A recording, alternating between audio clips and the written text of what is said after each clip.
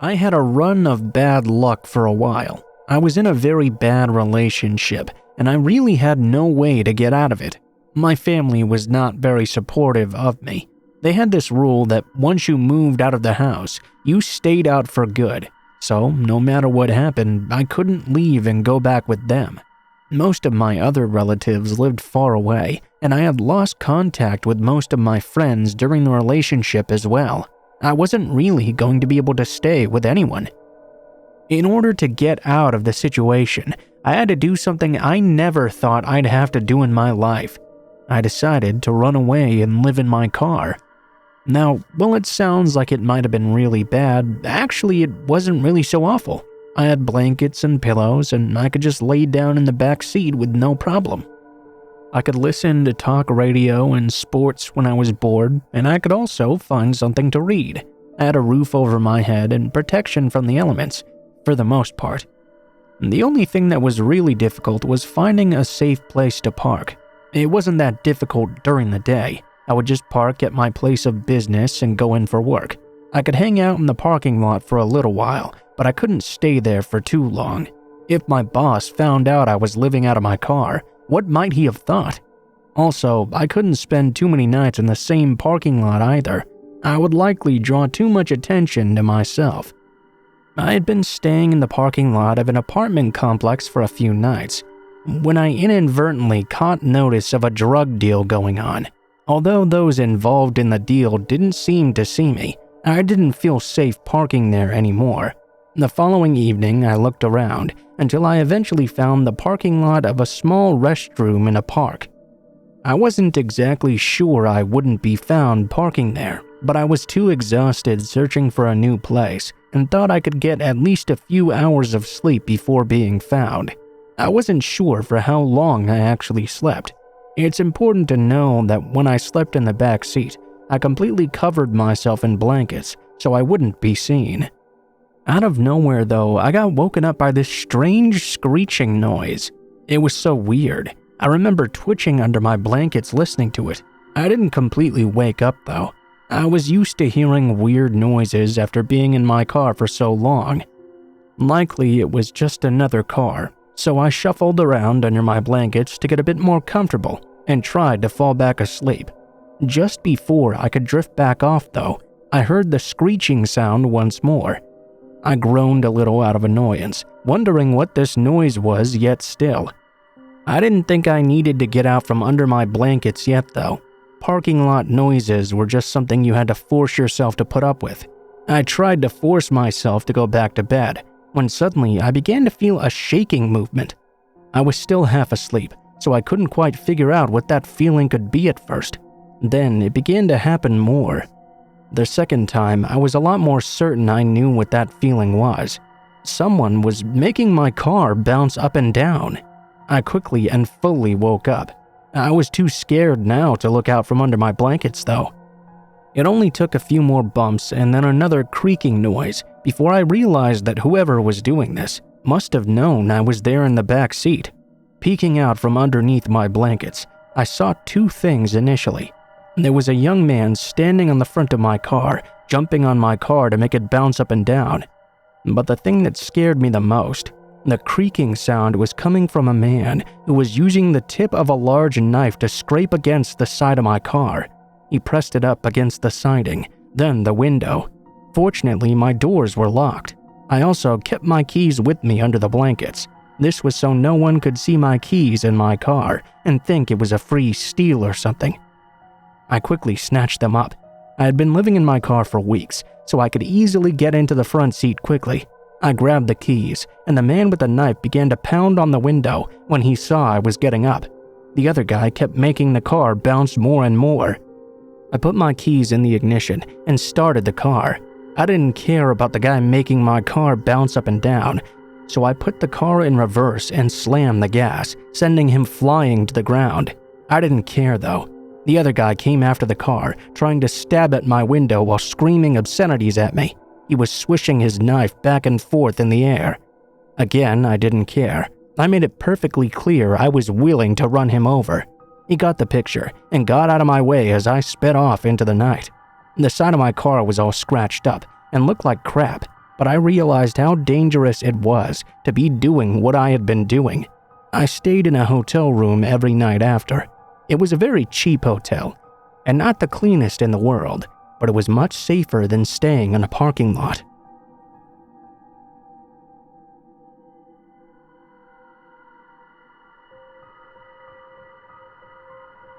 I was walking home from the bus stop, which was 2 blocks away from my house, when this scummy-looking guy in a car stopped by me. I couldn't hear what he was saying at first because I was listening to my music, but I could feel that someone was there watching me. I turned my head in his direction. Excuse me, hello? Do you know where Sun Street is, perhaps? I forgot what he said after, but I'd never heard of that street before. I remember feeling bad for this guy at first, so I tried to help him. No sir, I'm sorry, I've never heard of that place before. Could you tell me a bit more of what you're looking for? I started to get a bit weirded out though when he told me to come closer to his car. I didn't want to get any closer. Sorry, I'm gonna have to go. The man began to scream at me, telling me to fucking help him or else. I told him I simply had to get home. I could tell he was about to open his car door in a rage, so I ran as fast as I could. When I turned around though, his car was already gone. A bit of a short, scary encounter, I guess.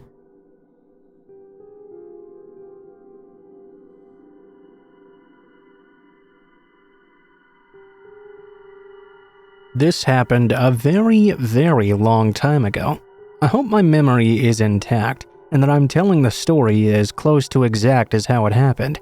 Although born and raised in the Midwest, I went to live on the West Coast after I graduated high school.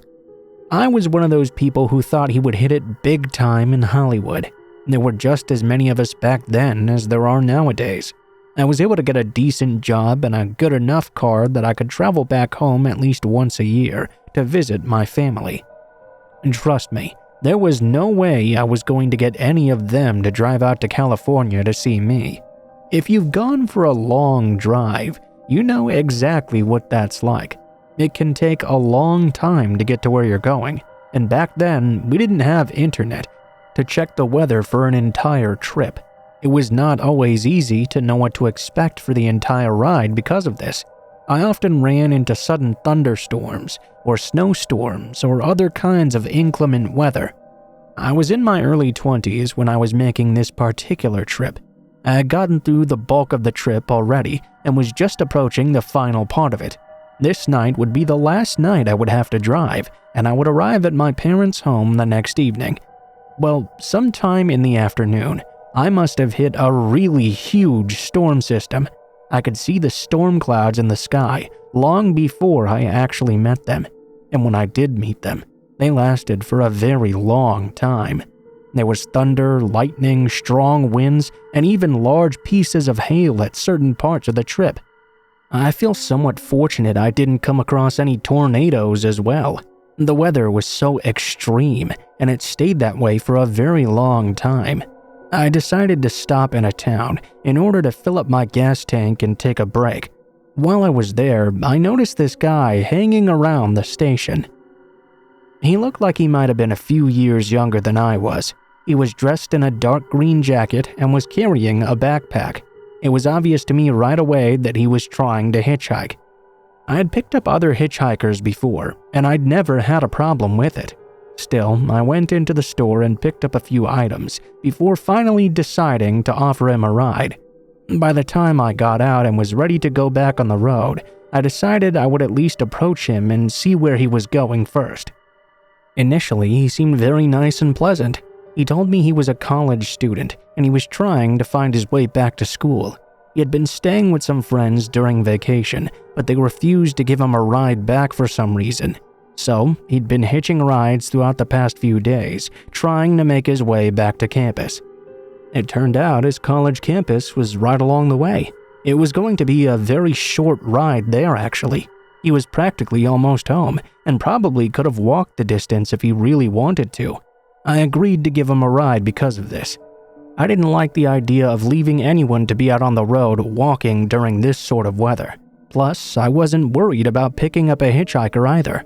I had hitched several times when I was younger, and for some reason, it never occurred to me that the hitchhiker could be the dangerous person.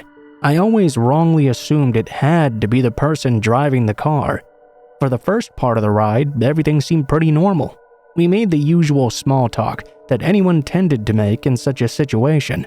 I asked him about various things such as school, and he seemed to answer them honestly. He also asked me what I was doing driving in this weather, and I told him that I was visiting my family. It was mostly a pleasant time. As we got closer and closer to the town that his campus was by, however, his mood began to rapidly change. Where he was at first in a decent and very talkative mood, he slowly went quiet and seemed to get very agitated. I wanted to ask him what was wrong, but for some reason I felt it would be wrong to do so. I didn't ask him but kept talking to myself. I also kept an eye on him to see if anything was wrong. I really started to get nervous and began to wonder if I had made a mistake in picking this guy up. He didn't seem angry though, and didn't seem annoyed that I kept talking when he slowly went quiet. It actually seemed more like he was very scared of something. When I first suspected it might be fear, I wanted to try and figure out what could be scaring him. But again, I didn't know how to bring that up to him. I just kept it to myself and was only talking about things I didn't think would upset him. When we got into town, it was still storming very hard outside. I asked him if he wanted me to take him onto campus and to his dormitory. He shook his head though, and sort of muttered that he didn't live in a dorm. He said he would give me off-campus directions to his house and told me to make a few turns after. Other than giving me directions though, he refused to say anything else. In fact, he seemed to be getting more agitated. He told me to turn onto the street where the house he stayed at was. I pulled up in front, and he asked me to honk the horn once to let his roommates know he was home. He didn't have a key to the house, he explained. Although I found this request odd, I still did so. The front porch light went on. Then I saw the door shoot open, and a few men rushed out the front door. They began to approach the car. Out of nowhere, the guy told me to drive off right now. I looked at him strangely, and his agitation had gone to a full-blown panic. He began hitting his leg with his fist and urging me to go right now as quickly as possible. I didn't know what was going on, but he seemed to be absolutely terrified. I put the car in gear and shot off down the street. Looking into the rearview mirror as I drove away, I noticed that the guys were now sprinting down the street towards us. One of them was yelling and screaming something, but of course, there was no way they could keep up with us. My passenger told me to turn, and told me to take several different turns very quickly. I did exactly what he told me to, but kept asking him what was going on. He didn't say anything at first, but kept telling me to go in certain specific directions. When we finally pulled into a parking lot, he told me to cut the car off. I was confused by what was going on, but the way he was acting was concerning enough for me to do what he said. He explained to me that the whole thing was a setup. He was supposed to hitch a ride, take the driver to that house, and then the people at the house were all going to attack me. That's why he'd had me honk the horn. He said that he wasn't comfortable with the idea though, and changed his mind at the last minute since I was so nice. That's why he kept getting so agitated in the car earlier. He apologized, but before I could even respond, he opened the door and ran off into the storm. Honestly, I was stunned by what had happened. I hadn't realized how close I'd come to getting attacked, and who knows what else by this hitchhiker and his friends. I was appreciative that he changed his mind, sure, but I was really worried about what would happen to him when he met up with those guys again. I mean, surely they would punish him for backing out. I drove around a little to see if I could find him, but he disappeared into the storm way too quickly. I gave up after a bit and resumed my trip home.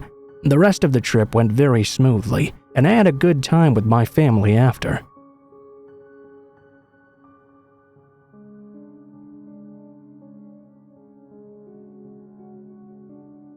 I always remember being somewhat scared of the dark when I was a younger kid. This was before I had a real scary experience even. I would do what a lot of kids did when I was growing up. I would see shadows and other things in the dark, and I would involuntarily start imagining what those shapes and patterns could be. Then, due to my likely overactive imagination, I'd put scary stories to those shapes and patterns. In the beginning, doing these things had the effect on me that it would have on any young kid really. It filled my head with ideas that would terrify the hell out of me. My parents were not the type to let the kids come into their room when they were scared. They expected us to be able to try and get over it on our own. They felt that doing so would make us stronger adults, and I guess I can kind of see their point. When we were younger though, that was hardly any solace. When you're scared of something that you might believe to be in your room, facing it doesn't really help much. What I did was try to make a nicer story out of the shapes and shadows that I'd see everywhere. Although this was hard at first, it eventually became a lot easier. Whenever I felt even a little bit scared, I tried to create a friendlier story in my head. After a while, I would eventually just fall asleep without even realizing it. I'll admit that even now, well into my older age, I still get scared of the dark sometimes. At the age this story took place, however, I was much more scared of thunderstorms than I was of the dark. There was a night when I was 12 years old that I had a scary experience that was both in the dark and during a thunderstorm. It was on a Friday night, which I remember because I was the only kid who was home that night because of it. My other siblings had all gone off for weekend sleepovers, which they were only allowed to do on Friday nights. I knew it was going to be quite the storm because the clouds on the way home from school were looking pretty damn dark and scary. I also knew it was going to be quite the doozy of a storm as well. By the time that I had dinner with my parents, the storm had hit quite fiercely. It was going to be unfortunate though, because at the time, my parents were doing a part-time job every Friday and Sunday night. They were housing subdivisions opening up in the area and doing house showings, so every Friday, my parents would go out at night and put up signs that would guide people to the subdivisions all over the county. They normally left right after we would have had dinner and would not get back until well after midnight. I was concerned for them being out in the storm, of course, but I was also quite concerned of having to be by myself the whole time. I knew that with my siblings at their friends' houses and my parents out working, I would have to weather the storm all by myself. I stayed up for a while watching TV. If I hadn't been so tired, I likely would have tried and waited for my parents to get home before trying to sleep. Watching television though, I found myself drifting off a few times. I realized I was probably not going to be able to make it and tried to simply go to sleep. I originally fell asleep pretty easily, but I woke up when a loud crack of thunder shook my house. I opened up my eyes and jumped up in my bed just a little. It took me a moment to get my wits about me. It was unusually dark, much darker than it normally would have been otherwise. A quick look over my alarm clock showed that the power must be out. From the looks of how dark it was outside, I was guessing it must be out for the entire neighborhood. I kept looking outside, watching the moving branches of a tree that was not far from my window. I suspected the wind must be blowing really hard because of how quickly the shadows of the branches were moving. Not too long after I began staring at that tree, there was a tremendously bright flash of lightning. It lit up the entire outside, as well as my bedroom.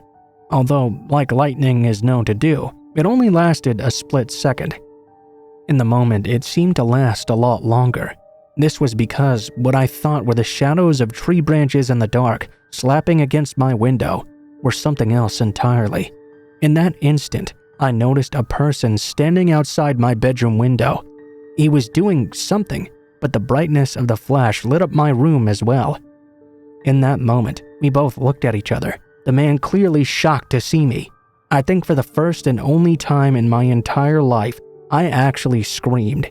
I don't know what was going through my head for sure, but I immediately thought someone was trying to break into my home. I figured with the lights all out and my parents' car gone, perhaps he thought no one was there. I jumped out of bed and ran to the living room. Fortunately, even though the power was out, the landline phone still worked. I immediately called 911 and told them someone was breaking into my home. I then ran into my parents' room and hid in their closet, waiting for the police to arrive. My dad had a big knife in the closet he used to hunt, which I clung onto. It took a little bit for the police to arrive. I jumped at every sound and was terrified at every strike of lightning. Eventually, the police arrived, and I finally felt safe. Looking around, it looked like the guy didn't try to break into the home after all. He was definitely trying to get in through my window though.